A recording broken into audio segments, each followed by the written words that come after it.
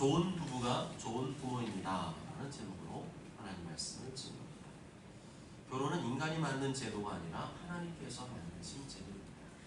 하나님께서 만드셨다는 말은 인간들이 자기들 마음대로 결혼을 하니 못하니 그런 말 할 수 없다는 거죠. 또한 자기들 마음대로 결혼 제도를 변경하거나 바꿀 수가 없다는 겁니다. 결혼은 창세기에 나오는 창조 계획의 일부이자 창조의 마지막 단계입니다. 결혼이 창조 계획의 마지막 단계에 등장한다는 것은 무엇을 의미할까요? 하나님께서 결혼과 가정을 염두에 두고 온 우주 만물을 창조하셨다는 것입니다. 그렇다면 하나님의 자녀들이 결혼을 하느냐 마느냐, 비혼으로 살 것이냐 마느냐, 이러한 주장은 성경 말씀과 정반대되는 주장이죠. 성경을 안다면 그렇게 말할 수 없을 겁니다. 성경을 모르기 때문에 그런 소리를 하는 것이죠. 우리는 이런 세상의 때를 빼내야 됩니다. 세상의 때가 우리는 너무 많이 들어와 있어요. 이 때를 빼내야 됩니다. 세상의 풍조로 오염된 이 세상의 때를 빼내야 됩니다. 하나님의 말씀으로 빼내야 됩니다. 예수님의 보혈로 빼내야 됩니다. 성령의 능력으로 빼내야 됩니다. 그래야 성경이 말하는 바른 결혼이 보이기 시작합니다. 우리는 세상의 소리에 귀 기울이기보다는 하나님의 음성, 하나님의 말씀에 귀를 기울여야 합니다. 세상이 말하는 결혼의 사본, 짝퉁, 위조품, 모조품을 묵상하지 말고 결혼의 원품, 진품을 묵상해야 합니다. 결혼의 원품, 진품이 어디에 나와 있습니까? 성경에 나와 있죠. 창세기에 나와 있습니다. 성경에 나와 있는 이 결혼의 원품, 진품을 묵상함으로써 우리는 세상이 말하는 결혼관이 뭐가 잘못되는지를 분별하고 알 수가 있습니다. 그렇다면 하나님께서 의도하신 가정, 하나님께서 디자인하신 결혼은 어떤 것입니까? 오늘 본문 24절에 나와 있는 대로 남자가 부모를 떠나 그 아내와 합하여 둘이 한 몸을 이루는 것입니다. 결혼의 시작은 뭐라는 겁니까? 남자가 부모를 떠나는 것입니다. 남자가 부모를 떠나지 않으면 아내와 합하여 하나가 될 수 없다는 거죠. 그런데 우리나라는 성경과 정반대입니다. 여자가 부모를 떠나는 것이라고 생각합니다. 출가 외인, 이제는 시집가면 너는 우리 집 사람 아니고 그 집 사람이야 라는 생각을 하는 게 바로 유교에서 내려온 가르침이죠. 여자가 시집을 가면 이제 시댁치고가 되는 것이라고 생각합니다. 아닙니다. 남자가 부모를 떠난다는 것은 남자만 부모를 떠나는 것을 의미하지 않고 여자도 부모를 떠나는 것을 다 의미하는 겁니다. 한 남자와 한 여자가 부모를 떠나서 독립하는 것이 결혼입니다. 부모를 의지하지 않고 스스로 독립된 가정을 이루는 것이 결혼입니다. 또한 이 말씀은 부모에게도 적용되는 말씀이죠. 한 남자와 한 여자가 내 아들 내 딸이 부모를 떠나도록 부모가 자녀의 가정에 간섭하지 말아야 된다는 겁니다. 참견하지 말아야 되고 그들의 문제는 그들 스스로 책임지도록 해줘야 됩니다. 자녀가 독립된 가정으로 일어설 수 있도록 옆에서 기도하고 응원해주는 것은 꼭 필요한 일입니다. 그렇지만 자녀의 문제를 대신 해결해 주면 안 됩니다. 그들의 문제에 개입해서는 안 됩니다. 그것은 자녀의 가정을 세우는 것이 아니라 깨뜨리는 일입니다. 한국 사회는 이러한 말씀을 따르기 어려운 환경 속에 있습니다. 하나님의 말씀과 우리나라의 환경은 정반대입니다. 부모로부터 분리되지 못한 자녀들의 가정이 늘어나고 있습니다. 나이가 들었는데도 부모의 그늘을 벗어나지 못하고 중요한 결정을 내릴 때마다 부모를 의지하는 자녀들이 많아지고 있습니다. 잘못된 것입니다. 성경적이지 않은 것입니다. 그러한 부모의 태도는 성경 말씀에 위배되는 불신앙입니다. 자녀를 마마보이로 만들고 또 딸을 파파걸로 만드는 것입니다. 자녀를 건강한 어른으로 키워주는 것이 아니라 자녀를 철없는 철부지 어른으로 키우는 것입니다. 결혼한 자녀가 부모를 의지하면 의지할수록 정상적인 가정을 이루기 어렵습니다.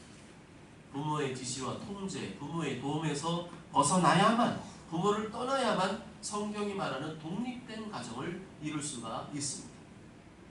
결혼한 부부는 이제부터는 하나님 말씀을 따라서 독립된 가정을 이루기 위해 힘써야 합니다. 인생에 힘든 문제와 어려움이 생긴다 할지라도 부모를 의지하지 않고 부모에게 일러 바치지 않고 부부가 독립적으로 하나님께 매어달리며 기도하며 그 문제를 풀어나가게 됩니다. 요즘에는 반대의 현상이 많죠.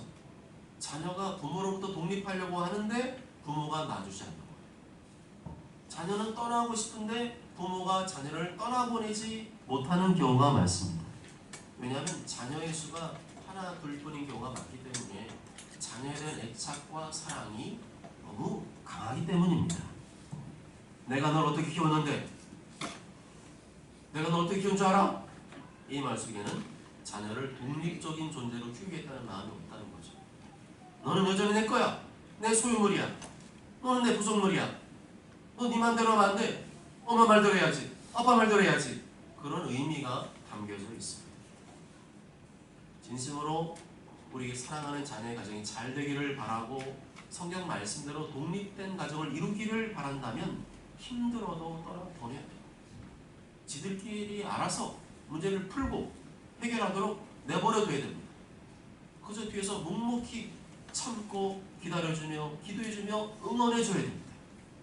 만일 부모가 난 네 부모야, 부모의 권리를 계속 주장하면서 자녀의 가정에 영향력을 행사하려 한다면 자녀의 가정은 불행해집니다. 자녀의 가정은 깨지게 됩니다. 그리고 그 깨진 가정의 고통의 부마랑이 결국에 누구한테 옵니까? 고스란히 부모한테 되돌아오게 됩니다. 그러므로 자녀가 결혼했으면 성경 말씀대로 힘들어도 아파도 떠나보내야 됩니다. 결혼한 자녀가 중요한 결정을 하지 못해서 머뭇거리고 있으면 야 답답해 죽겠네. 이렇게 하면 되지. 대신 결정해 주지 말고 모든 결정은 니들끼리 서로 의논하고 기도하고 결정해라. 모든 결정은 니들이 하는 것이고 그에 따른 책임도 니들이 지는 것이다 라고 조언을 해줘야 됩니다. 다시 한번 강조하지만 결혼한 자녀들은 부모님을 의지하지 말아야 됩니다. 우리 가정에 부모님을 자꾸만 끌어들이면 안 됩니다. 우리 부모님은 이렇게 했었는데 우리 집안 이렇게 했어. 그런 소리도 하지 말아야 됩니다. 이것은 부모님을 무시하라는 말이 아니고 하나님의 말씀대로 순종하라는 겁니다. 하나님의 말씀대로 순종할 때 우리 가정이, 우리 자녀의 가정이 평안한 가정, 기쁨이 넘치는 가정, 행복한 가정이 될 줄로 믿습니다. 또한 부모를 떠나라는 말씀은 부부가 가장 헌신해야 할 대상은 부모가 아니라 배우자라는 겁니다. 부모를 공경하는 의무 중요한 거죠. 5계명입니다. 그렇지만 배우자에 대한 헌신과 사랑이 더 우선이라는 겁니다. 우리나라의 상황에서는 이 말이 배은망덕한 것처럼 들릴 수 있고요. 부모를 공경하지 말라는 말인가? 그런 뉘앙스로 들릴 수가 있습니다. 그래서 그런지 생각보다 많은 부부들이 부모에게 효도하는 문제로 싸울 뿐만 아니라 부모에게 효도하는 문제 때문에 이혼하는 경우도 있습니다. 이게 잘하는 겁니까? 부모에게 공경하고 효도하기 위해 이혼하고 갈라서는 것이 잘하는 것입니까? 그럼 부모님이 기뻐합니까? 부모님이 행복합니까? 아니잖아요. 배우자에 대한 헌신과 사랑을 최우선으로 하면서 부모님께 대한 공경을 실천하는 것이 하나님의 뜻입니다. 결혼하면 이제는 부모님보다 배우자, 부부가 더 우선입니다. 부모 자식과의 관계보다도 부부와의 관계가 우선이고 그것이 훨씬 더 중요합니다. 부모를 공경하는 일, 자식을 최선을 다해 돌보는 일 굉장히 중요한 데 있지만 배우자의 관계보다 우선시 되어서는 안 된다는 겁니다. 그게 바로 부모를 떠나라는 말 속에 함축되어 있는 거죠. 우리나라는 유독 자녀에 대한 애착이 강합니다. 자녀 양육 때문에 부부 사이가 소홀해지는 경우도 많습니다. 심지어는 자녀 양육을 위해서는 부부가 오랫동안 별거를 해도 괜찮다고 생각합니다. 기러기 아빠, 기러기 엄마가 그런 거죠. 그렇지만 배우자보다 자식을 더 사랑하고 더 챙기게 되면 어떤 결과가 벌어질까요? 엮이는 가정이 되기 쉽습니다. 문제가 있는 가정이 되기 쉽습니다. 부부에게 쏟아야 될 사랑을 자식에게 쏟아붓게 되면 그 사랑은 성경이 말하는 건강한 사랑이라고 할 수가 없습니다. 자녀 사랑은 하지 말라고 해도 합니다. 배우자에게 더 신경 쓰면 자식에 대해 소홀해질 것 같다고요? 그런 걱정은 안 해도 됩니다. 자녀 사랑은요, 하지 말라고 해도 하게 돼 있어요. 문제는 배우자에게 쏟아야 될 사랑마저 자식에게 쏟아붓는 것입니다. 그렇게 되면 이 사랑은 과잉사랑, 자녀는 과잉사랑, 영양과잉, 비만이 됩니다. 그리고 나중에는 이상하고 기형적인 모습으로 변하게 됩니다. 뿐만 아니라 나중에 그렇게 과잉으로 자녀를 사랑하면 그 과잉으로 사랑했던 자녀한테 상처를 받게 됩니다. 내가 자녀에 쏟아부은 사랑, 그만큼 자식이 나한테 보상해 줄 것이라고 생각을 하게 되는데요. 그런 경우는 없습니다. 자녀에게 과잉적인 사랑을 쏟아부었기 때문에, 그만큼 안 해주기 때문에 더 서운하고 더 섭섭하게 됩니다. 진실로 자녀들이 보기를 원하는 엄마 아빠의 모습은 무엇일까요? 자녀들이 정말 원하는 엄마 아빠의 모습은 나한테 엄청나게 잘해주고 엄청나게 많은 것을 해주는 그런 엄마 아빠가 아니라 서로 아껴주고 사랑하는 엄마 아빠의 모습입니다. 그것보다 좋은 자녀 교육은 없습니다. 우리 자녀에게 쏟아붓는 사랑의 절반만이라도 떼어서 우리 남편이나 아내에게 그 사랑을 쏟아붓는다면 오히려 자녀는 행복해할 것입니다. 자녀가 명문대학에 가고 유학을 가고 좋은데 취직하고 돈 많이 벌고 그러면 여러분은 우리 자식 잘 키웠다 생각하시겠죠? 외적으로는 성공해 보이는 거 맞아요. 그렇지만 그런 가정 아예 들여다보면 말을 안 할 뿐이지 실제로 불행한 가정 되게 많습니다. 우리 자녀를 또다시 그런 세상이 말하는 불행한 가정으로 만들어야 되겠습니까? 결국에는 그렇게 하게 되면, 성경대로 안 하면 가정이 불행해져요. 자녀에게 줄 수 있는 최고의 선물은 부부의 행복입니다. 그래서 좋은 부모가 되기를 진심으로 원한다면 좋은 부부가 먼저 되어야 합니다. 서로 아껴주고 사랑하는 부부가 되어야 합니다. 그러면 자녀도 그걸 보고 너무 행복해하는 거예요. 부모님이 서로 사이좋게 행복하게 지내고 있으면 애들이 어렸을 때 어때요? 춤춰요. 기억 안 나시나요? 엄마 아빠가 서로 이렇게 사랑하고 아껴주고 있으면 애들이 좋아서 춤을 춥니다. 그 누구의 경험이냐? 제 경험인데 정말 그래요. 뭘 사주고 뭘 해주고 맛있는 거 해주고 막 이렇게 해먹이고, 그게 중요한 게 아니고요. 엄마 아빠가 서로 사이좋게 잘 지내고 있으면 그 모습만 보면 애들은 엔돌핀이 막 일어나요. 또한 부모를 떠나라는 말씀은 부부의 하나됨을 강조하는 말씀입니다. 부모를 떠나 부부가 하나가 되는 것은 창조 계획입니다. 부모를 떠나지 않거나 자녀를 떠나보내지 않거나 부부가 하나 되기를 포기하는 것은 하나님의 창조 계획을 거역하는 것입니다. 이러므로 남자가 부모를 떠나 그의 아내와 합하여 둘이 한 몸을 이룰지로다. 나를 키워주고 기르신 부모님을 떠나서 이제는 부부가 서로 합하여 한 몸을 이루는 것이 창조 계획입니다. 부부의 하나됨은 영혼 육이 하나가 되는 것을 말하죠. 영적으로 하나가 되고 정신적으로 하나가 되고 육체적으로 하나가 되는 것을 의미합니다. 부부가 영적으로 하나 되기 위해서는 반드시 믿음의 사람과 결혼해야만 이것이 가능합니다. 만일에 믿음이 없는 배우자와 이미 결혼한 상태에 있으시다면 배우자의 구원을 위해 금식하며 기도해야 됩니다. 잠을 포기하고 철야하며 기도해야 됩니다. 날마다 간절히 부르짖어 기도해야 됩니다. 뿐만 아니라 할 말 다 하며 살면 안 되고 많이 참고 많이 인내하고 최대한 상대방을 극진히 섬겨주어야 합니다. 그렇게 해주면 배우자가 기고만장해진다고요? 그렇게 하면 더 교만해질 거라고요? 그런 생각을 버려야 됩니다. 예수님께서 우리를 그런 수준으로 대해주셨다면 예수님께서 매맞고 고난당하고 죽임당하지 않으셨을 겁니다. 그렇게 예수님이 극진히 말없이 희생하고 헌신하고 그래서 우리가 기고만장해지고 교만해질 것을 생각하셨다면 어떻게 예수님이 고난받고 십자가에 죽으실 수 있었겠습니까? 나는 그저 하나님의 말씀대로 하면 됩니다.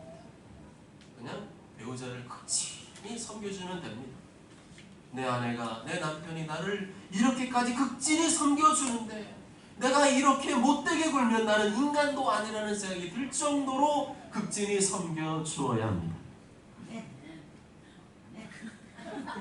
비웃으시는데요. 그러다 보면 예상한 대로 기고만장해지기도 할 겁니다. 그렇게 하면 교만을 부리기도 할 겁니다. 그렇게 하면 아주 더 가관이라는 생각이 들 겁니다. 이제는 도저히 못 봐주겠다는 생각이 들 것입니다. 그렇지만 그러한 유혹을 이기고 섬기는 것이 십자가인 줄 믿습니다. 여자가 아무리 악하게 굴고 못되게 굴어도 변함없이 극진한 사랑으로 섬겨주면 그 인간이 짐승이 아닌 이상 마음에 깊은 감동이 오게 됩니다. 양심의 가책이 오게 됩니다. 내가 이러고도 이렇게 살면 나는 인간도 아니야.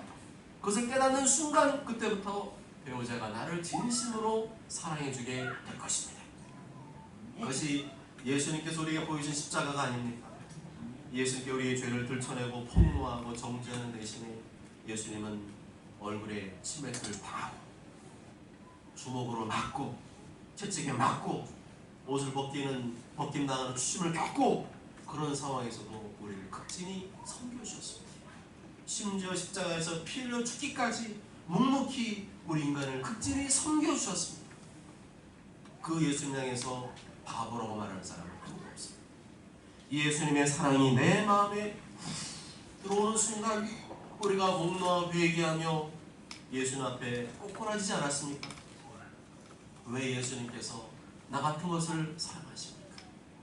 왜 예수님께서 나같이 더럽고 추악하고 못난 인간을 사랑해 주시는 것입니까? 그게 하나님입니다. 하나님은 사랑이시오.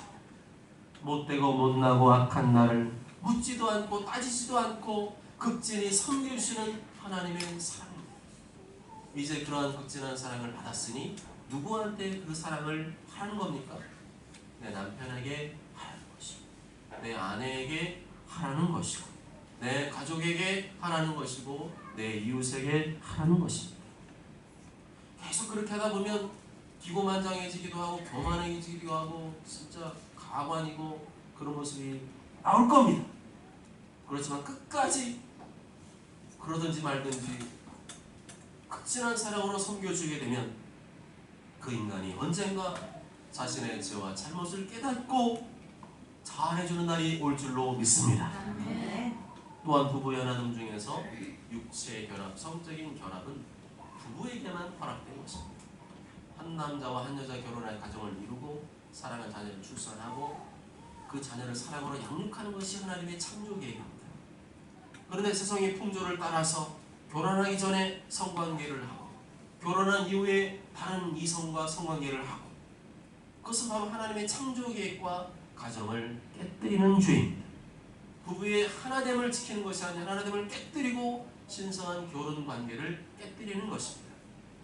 그래서 예수님께서도 음행한 연고 곧 배우자가 다른 이성과 성적인 범죄를 저질렀을 경우에는 이혼할 수 있다고까지 말씀하셨습니다. 그럼에도 불구하고 이혼하라는 말씀은 아니잖아요. 그럼에도 불구하고 사랑하고 용서하며 가정을 지키는 것이 하나님의 뜻이라고 우리에게 말씀해 주셨습니다. 25절 말씀은 바로 그러한 연장선상에서 해석을 해야 됩니다. 부부의 하나됨이 무엇인지를 말해주는 근거로 해석을 해야 됩니다. 25절 다 함께 읽습니다. 시작. 아담과 그의 아내 두 사람이 벌거벗었으나 부끄러워하지 아니하니라. 부부가 둘이 완전히 하나가 되면 어떻게 된다는 겁니까? 벌거벗고 있어도 부끄러움을 모르게 된다는 거죠. 서로 간에 비밀도 없고 감추는 것도 없고 부끄러운 것도 없는 그야말로 완전한 친밀감을 누리게 된다는 것입니다. 그러기 위해서는 서로를 향한 비난과 정죄를 중단해 상대방의 단점과 잘못을 끄집어내기 시작하면 끝이 없습니다. 상대방의 단점과 잘못을 들춰내지 않는 것, 말하지 않는 것, 공격하지 않는 것이 부부의 하나됨의 시작입니다. 남한과 북한이 우리가 지금 대치하고 있잖아요. 서로 총 꺼내들기 시작하면 전쟁이 일어나는 거고요. 총 안 꺼내내고 가만히 있으면 전쟁이 안 일어나는 거. 그런 것처럼 상대방의 싫어하는 단점이나 죄나 잘못을 자꾸만 들춰내면 그것은 뭐 하는 거예요? 선전포고입니다. 싸우자. 그럼 상대방이 가만히 있겠어요? 똑같이 싸우게 되죠. 그래서 상대방의 단점, 잘못을 들춰내지 않고 말하지 않고 공격하지 않는 것이 부부의 하나됨의 시작입니다. 또 부부간에 대화할 때 감추지 말아야 돼요. 최대한 비밀이 없어야 됩니다. 무슨 말을 해도 꺼리낌이 없어야 됩니다. 상대방에게 의심이 들게 해서는 안 됩니다. 있는 그대로 순수하게 감추지 말고 서로의 마음과 감정을 나눠야 됩니다. 못마땅해도 비난하지 말아야 됩니다. 정죄하지 말아야 됩니다. 바른 소리 하지 말아야 됩니다. 옳은 소리 하지 말아야 됩니다. 가르치려고 하지 말아야 됩니다. 재판하지 말아야 됩니다. 있는 그대로 그 사람이 말하면 진심으로 지금 자기의 마음 말하고 있다면 있는 그대로 받아주고 수용하고 들어줘야 됩니다. 그리고 공감해줘야 됩니다. 고개를 끄덕여줘야 됩니다. 입에서는 입이 근질근질해서 말하고 싶은 충동이 밀려온다 할지라도 입은 꽉 깨물고 고개를 끄덕여줘야 됩니다. 그렇구나. 그래서 힘들어서 그렇구나. 속에서 불불 끓어도 맨날 놀고서는 삶을 다 쓰면서 그렇구나. 그리고 반대되는 말로 받아치지 말아야 됩니다. 내 주장을 앞세우지 말아야 됩니다. 그냥 고개만 끄덕여주고 관심만 보여주는 괜히 아는 척하고 잘난 척하고 바른 말 했다가 묻어 터지거나 관계가 틀어지게 되는 겁니다. 중요한 것은 부부가 처음부터 하나가 되는 게 아니라는 거죠. 결혼하면 하나가 된다? 그런 게 어디 있어요? 인지의 시작입니다. 저절로 하나가 되는 법은 없습니다. 상대방이 하는 거 봐서 그러니까 하는 만큼 그러면 안 됩니다. 부부 하나 되기 위해서는 계속 참고 인내하고 노력해야 됩니다. 희망이 보이지 않아요. 계속 참고 인내하고 노력해야 됩니다. 예수님 보이신 그 십자가의 사랑으로 계속 참고 인내하고 노력해야 됩니다. 할 말 다 하면 깨지는 겁니다. 내 주장 펼치기 시작하면 깨지는 겁니다. 할 말 다 하고 싶으면 하나님께 해야 됩니다. 하나님께 억울한 마음, 답답한 마음, 분노의 마음을 쏟아내야 됩니다. 사람에게 하면 깨집니다. 배우자에게 하면 깨집니다. 그리고 배우자에 대한 환상을 버려야 됩니다. 결혼에 대한 환상을 버려야 됩니다. TV, 영화, 드라마에 나오는 사랑, 결혼, 배우자, 그런 멋진 남자, 멋진 여자, 모든 걸 스펙을 다 갖추고 있는 그 남자, 그 여자 현실적으로 존재하지 않습니다. 다 지어낸 것이고 꾸며낸 것이고 만들어낸 겁니다. 허구이고 픽션입니다. 인간은 다 죄인입니다. 너도 죄인, 나도 죄인인데 결혼한다고 무슨 환상이 있겠어요? 인간은 다 죄인이는 사실은 다 빼놓고 연애와 결혼에 대해서 과도한 환상을 심어주는 게 세상의 미디어입니다. 이 세상에 완전한 배우자는 없습니다. 불완전한 두 사람이 만나서 예수님의 십자가의 피 흘린 사랑으로 하나가 되는 과정이 바로 결혼입니다. 죽기까지 하나가 되기 위해 힘쓰고 애쓰고 노력하는 길을 걸어가는 부부만이 하나님의 창조 계획을 이루어갈 수가 있습니다. 그러므로 결혼은 얼마나 좋은 남편과 결혼하느냐, 얼마나 좋은 아내와 결혼하느냐 그런 문제가 아닙니다. 나에게 맞는 사람을 찾는 게 아니라 내가 배우자에게 맞는 사람이 되어가는 과정이 결혼입니다. 처음부터 맘 맞고 아무런 갈등이 없는 부부 하나도 없어요. TV에 뭐 무슨 연예인 부부, 인코 부부 나중에 보니까 다 이혼하던데요. 결혼은 죽을 때까지 서로가 하나 되는 과정입니다. 서로 부딪히고 갈등하고 다투고 싸우기도 하지만 그럴 때마다 예수님이 걸어가신 그 희생과 헌신의 길을 걸어가는 것, 그 사랑을 실현하기 위해 기도하고 애쓰고 노력하고 자아를 죽이는 과정, 그래서 하나가 되는 것, 그것이 바로 결혼입니다. 쉬운 일이 아니죠. 그렇게 하는데도 위기가 옵니다. 그렇게 하는데도 몰라줘요. 그렇게 하는데 권태기가 찾아옵니다. 어디서 어떻게 바람이 불어올지 아무도 알지 못합니다. 그게 정상입니다. 그런 게 없다고 하는 사람이 비정상적인 사람이고 이상한 사람이고 외식한 사람이죠. 서로 갈등하다 싸우다가 찢어지고 갈라서 그거는 아니죠. 갈등하고 싸우면서 그 과정을 통해서 내가 얼마나 부족한 사람인가를 깨닫게 되고 서로가 다듬어지는 기회로 삼는 게 바로 결혼의 신비입니다. 그 사람이 아니면 내가 절대로 다듬어지지 않고 만들어지지 않기 때문에 그 그 사람을 배우자로 허락한 것입니다. 그렇게 보면 배우자는 이 세상에서 가장 고마운 사람이에요. 나를 철들게 하고 나를 다듬어지게 하고 나를 성숙한 사람으로 만들어주는 사람이기 때문입니다. 그런 생각을 하면서 배우자에 대하여 감사하시기 바랍니다. 감사하십시오. 배우자의 못난 모습, 악한 모습에 대하여 감사하시기 바랍니다. 그런 배우자의 부족한 모습을 품지 못하는 나를 보면서 내가 얼마나 사랑이 부족한 사람인가를 깨달으시기 바랍니다. 사랑하는 여러분, 모든 인간관계 속에 예수님의 십자가가 있어요. 모든 인간관계를 푸는 열쇠는 예수님의 십자가입니다.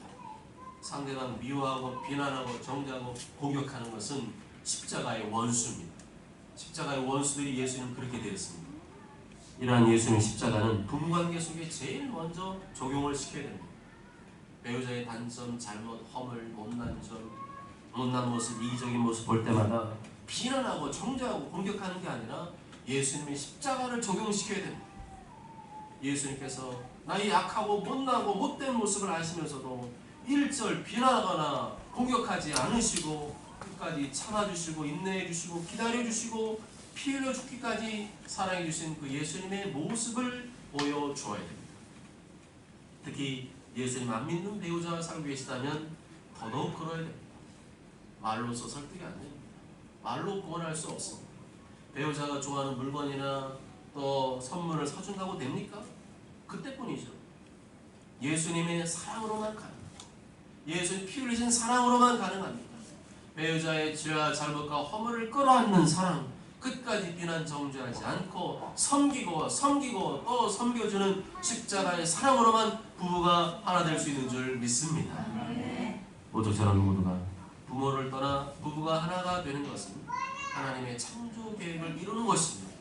자녀들에게 최고의 선물임을 기억하시고 십자가에서 피를 뚝뚝 흘리신 예수님의 사랑으로 부부의 하나됨을 이루어 가시길 주님의 이름으로 축복합니다. 아멘.